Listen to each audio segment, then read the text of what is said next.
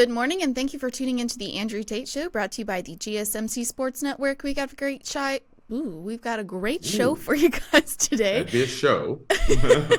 We'll be covering changes made in the NFL, the NFC East team interested in J.J. McCarthy, and shocking draft decisions for the Cardinals. We'll also be talking about insight into Nick Saban's retirement, and as always, make sure that you guys stick around for later in the show when we'll be diving into the oddities of the day. Before we start, I just wanted to ask that you guys like and follow the show. Also, we get a number of questions from viewers that come in during the show, so to ensure that your question gets read on the air, I ask that you use the tips and donation link with your question. The tips and donation link is GSMCpodcast.net. This puts your question at the top of the list so that I can see it, and it just also really helps the show. Hello, Tate. How are you doing? Good morning. I'm tired. Morning. As I Yeah. told you. You want to share with people why I'm tired today? It sounds funny. Oh, yeah. Yeah. I ended up sleeping till like 7 o'clock, which is so weird for me. It's I wake up at very 1, odd. 2, 3 in the morning, and I start my day. Yeah. The sleep in the 7, I'm tired. I've had a Mhm. full night's rest, and that makes me tired. Yeah. Which is crazy to me, but Go off 2 hours, I'm ready to go all day. yeah, he told me that, and I was like, wow, you got over 8 hours. I'm impressed. You never sleep that long. I don't get 8 hours in a week. Yeah, which I don't know how you do it, but props to you, man. Yes. I'm like, people have asked this question, but like, how long has this been going on? I've even had doctors, and I'm like, since I was 8. Oh my gosh, I didn't know that. You've been doing this since you were a kid? That's Oh, crazy. since I was a kid. Yeah. My whole life, I've only gone off a few hours of sleep a day. Mm-mm-mm. Everybody, you know what it's like to be a kid and everybody is asleep and you're just in a dark house that's sitting there like, wow. Yeah. For hours. Hours, yeah. You kind of get that one, right? Yeah, a little bit, yeah, because during the summer I would stay up and everybody else would be asleep, but, you know. Little kids, their minds start playing trick. They start seeing little things in the corners and things. You're like, Yeah, but, oh I guess God. I guess back then you couldn't really watch TV because that was during the time when the programming stopped at midnight, right? A lot of times, yeah, a lot of them Yeah. did, yes. So what did you do? But when I was a kid, there was only 3 channels. Yeah. 3 channels. Can you imagine? And these suckers, not only was it 3 channels, but then they had the nerve to turn off at midnight. So Yeah. you couldn't even get up and watch it. I'm like, oh hell no. I can't wait. I can't wait to the future. Yeah, you got no smartphone or tablet to play with. Yeah. You're playing with an Etch-a-Sketch. Like, oh, this sucks. I just sketch. A little viewfinder. Jeez. We only got like two slides over I here. know what you're All doing. right. Yeah. That took 15 minutes. Let's roll. I can only Oh, watch gosh. Goofy and Mickey that so many times. Oh, All right, gosh, that's let's funny. dive into the show here. Alrighty, so the NFL has been making a lot of changes lately. So first we'll discuss the NFL has officially approved a change to the trade deadline. The NFL teams will have a bit of extra time to make trades during the 2024 regular season. The league announced several rule changes on Tuesday morning. That includes a passed vote to move the trade deadline back 1 week. Teams will now have until Tuesday after Week 9 games to complete deals. It previously fell on Tuesday following Week 8. The NFL trade deadline hasn't always fostered as much activity as the other major U.S. sports. However, teams have gotten more proactive in recent years. Some major blockbusters occurred 2 years ago, headlined by San Francisco 49ers acquiring Christian McCaffrey. The Minnesota Vikings landed TJ Hawkinson from the Detroit Lions, and Miami Dolphins made a deal for Bradley Chubb. While the trades before last year's October 31st deadline weren't as symmetric. Some notable players swapped places. The Washington Commanders moved defensive linemen Chase Young and Montez Sweat to the San Francisco 49ers and Chicago Bears, respectively. Leonard Williams went to Seattle Seahawks, and Joshua Dobbs provided the Vikings with a short-lived spark in place of the injured Kirk Cousins. Delaying the deadline by 1 week could bolster activity in future seasons. An extra week could give teams more to determine if they should buy or sell. Okay. When I first heard this, I'm like, who cares? It's a week. It's like what can happen in a week? Right. That's what I'm getting at. And I'm like, a week, who cares? Yeah. But then I started thinking about it because the NFL, this isn't the NBA or Major League Baseball, where Major League Baseball is 9 billion games. The NFL season is so short, and having one more week where you're trying to make a decision on someone. And you can kind of see an extra week is the player that we're hoping to come back, is he progressing? Right. Is he going to be back? You get more guarantee. One more game is determined of, okay, we're on a 4-game losing streak. Do we blow this up or do we keep contending? Well, you wait one more week and it's like, okay, we're on a 5-game losing streak and we're out of this. It will definitely make a determination on where teams, it'll make a very clear definition on where teams are at. I think an extra week will be a big deal. Also, an extra week can help with, okay, I've made it this far. It's now, trade down is what, week 9 now? Yes, week 9. Okay. So week 9, you're looking at things and you get that extra week for a player to be like, man, things aren't going to change here. Maybe you're going to see more players maybe asking to be traded to a contender, things of that nature. I think that could be a good thing. So I'm very curious to see how things progress.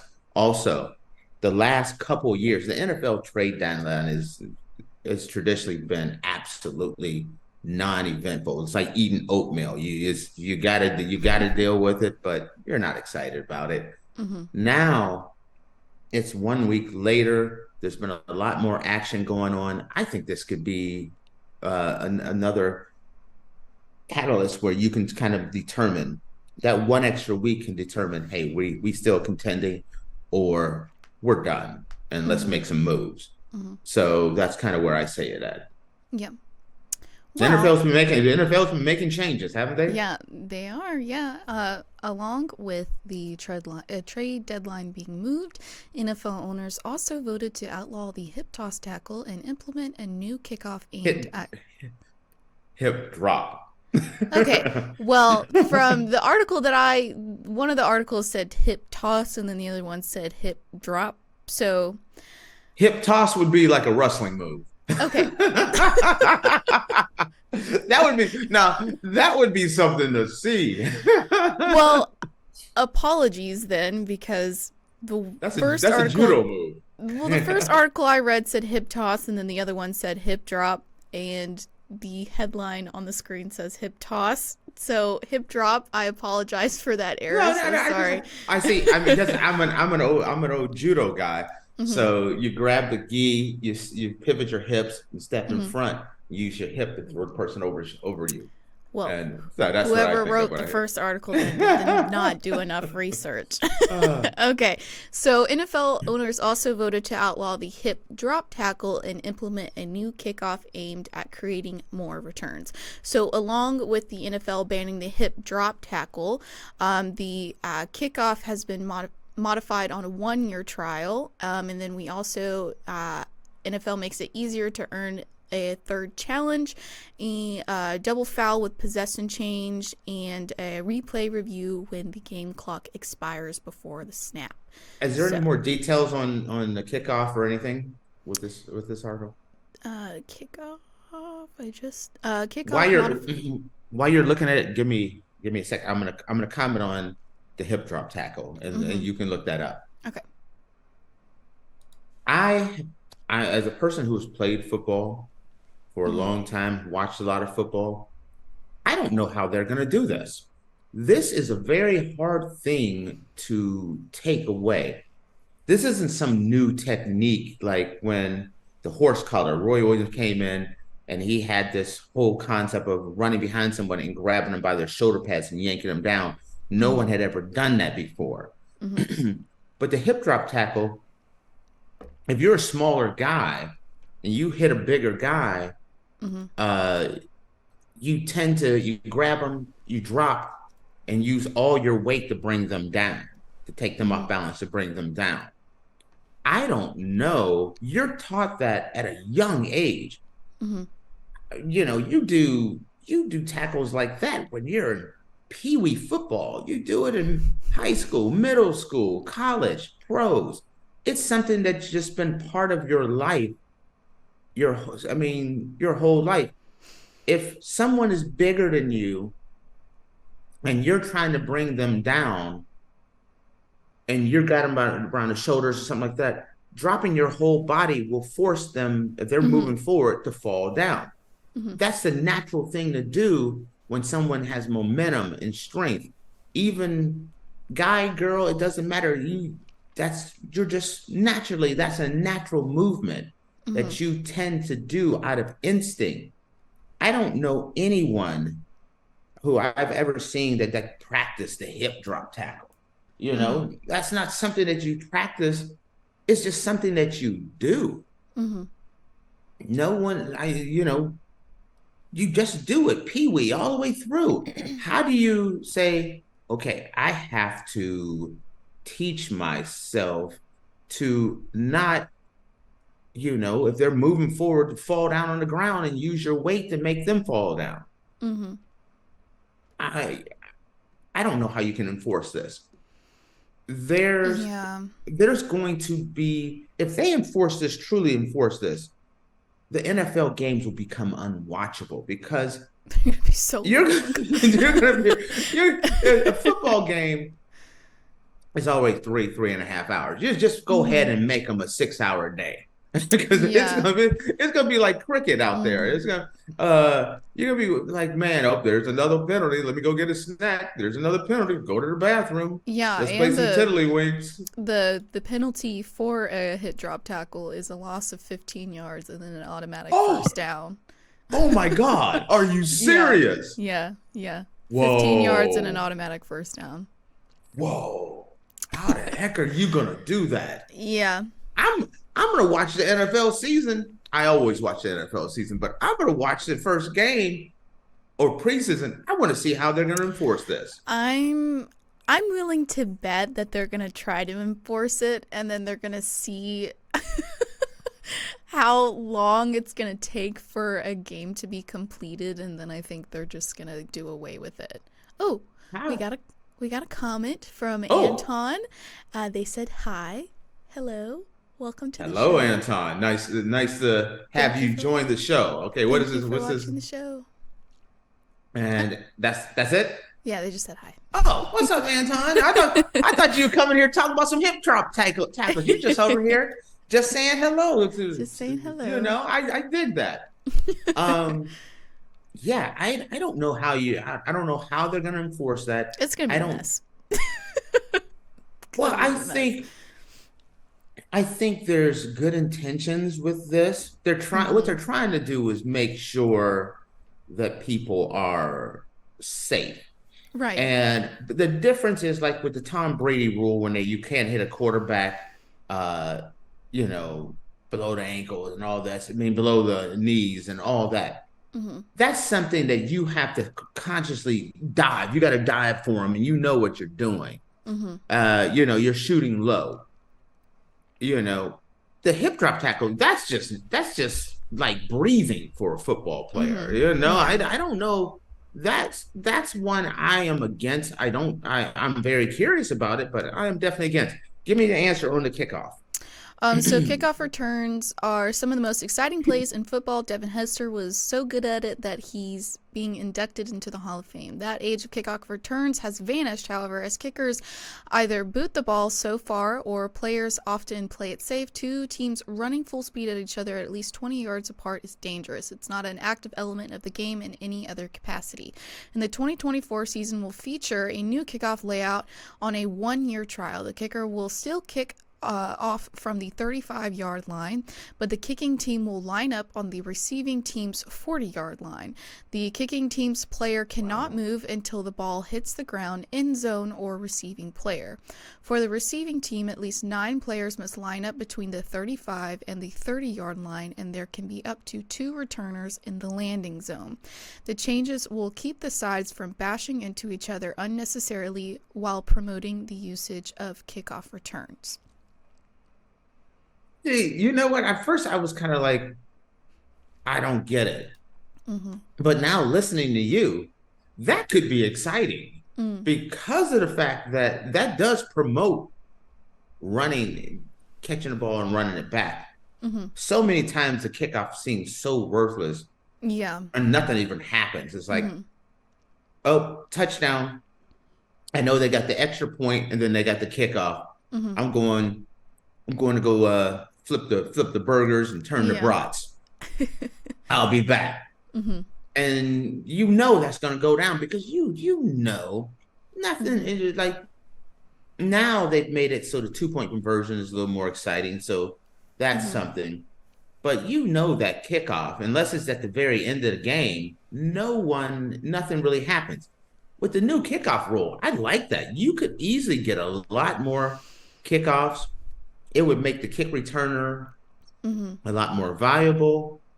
I'm intrigued on that one. That one, I guess it's a give and take. You got the hip drop tackle, but you're gonna have a number of kick returns.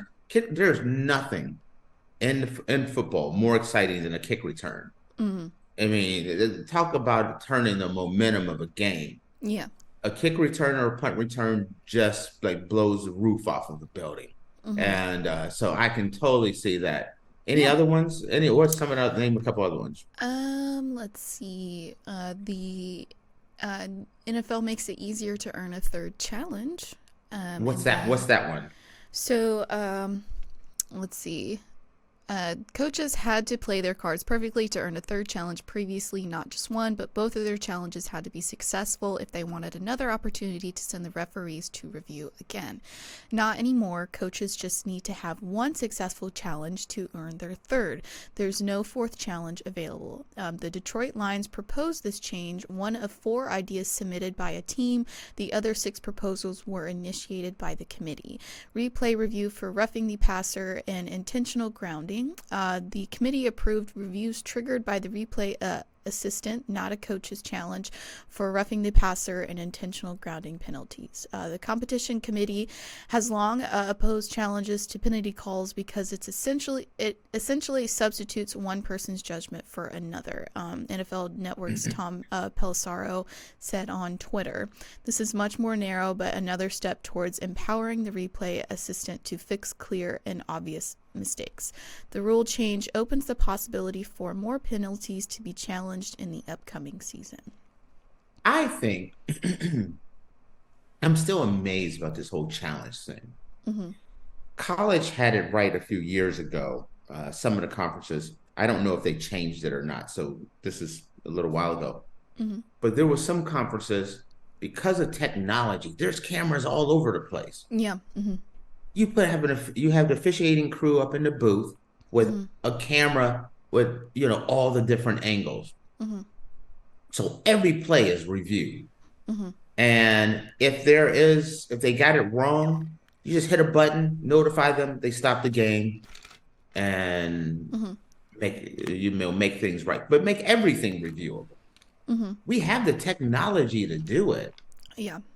You could even mix in a little artificial intelligence in there as well to check all the things. And then it notifies you. The technology is there to check every play to make sure that the referees have gotten it right. Mm-hmm. And the reason why I say that is you don't want to feel like, hey, the refs, they blew that call, so it cost my team a game. Mm-hmm. And so you don't make the playoffs because you missed the game because a referee screwed up. Mm-hmm. You want to if you lose a game, you want to lose it because the team beat you. Right. And using technology and being able to review everything other than holding, you cannot review holding. Mm-hmm. Here's the reason why you can't review holding. Every single play on every game, there's holding. Yeah. It's just degrees of Yeah. holding. You know what I mean? So holding's the one thing you can't review. But everything else, all the major plays, I think should be reviewed. It doesn't, because I've seen this. If everything is reviewed, they do it in the flow of the game. Mm-hmm. And so you're not slowing the game down. By the time the ball is caught, the guy goes down, the penalty happens, or the play happens, the booth is automatically going up there. They're pulling up the film, they're looking at the play, three or four people, different angles to make sure it works and just keeps on rolling the game. Mm-hmm. I would like to see that, Mm-hmm. but they are moving in a good direction. I think I've liked all the new rule changes except for the hip drop tackle. Yeah. I just don't know how. I'm incredibly curious on how that's going to work. Yeah, I don't really know how they're gonna do that either. But I guess we'll see if they are gonna try to maintain it, or if it's gonna change again. I don't really see how they could maintain this rule, but what do I Yes, know? very, very, very curious on that one. Mm-hmm. All right.